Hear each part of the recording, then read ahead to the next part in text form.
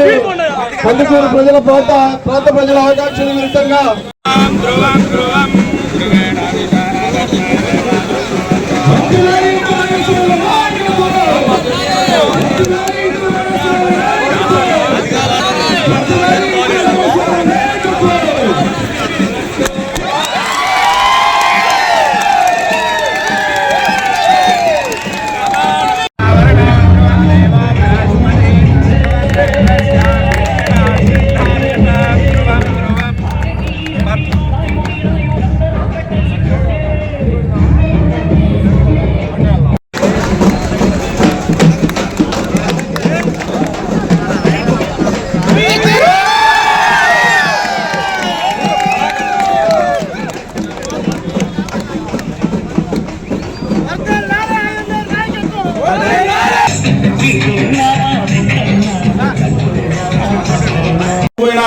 నీళ్లు మునిగిపోయే పరిస్థితి. అటువంటి పరిస్థితుల్లో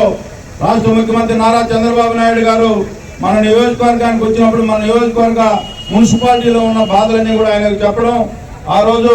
ఈ మున్సిపాలిటీ అభివృద్ధికి 50 కోట్ల రూపాయలు నిధులు ఇస్తానని చెప్పి ప్రామిస్ చేస్తే ఇమీడియట్ గా 20 కోట్ల రూపాయలు గౌరవ మంత్రివర్యులు నారాయణ గారు కూడా ఆయనకు ఎప్పుడు కూడా మన మున్సిపాలిటీ ప్రజలు రుణపడి ఉండాలని ఎప్పుడు అడిగినా కూడా మొన్న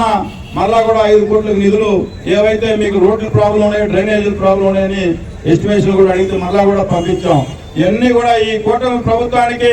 ఈ కందుకూరు డెవలప్మెంట్ లో ఎంత సిద్ధశుద్ధి ఉందో మనందరం కూడా ఒకసారి ఆలోచించాలని చెప్పి మీరు అందరూ కూడా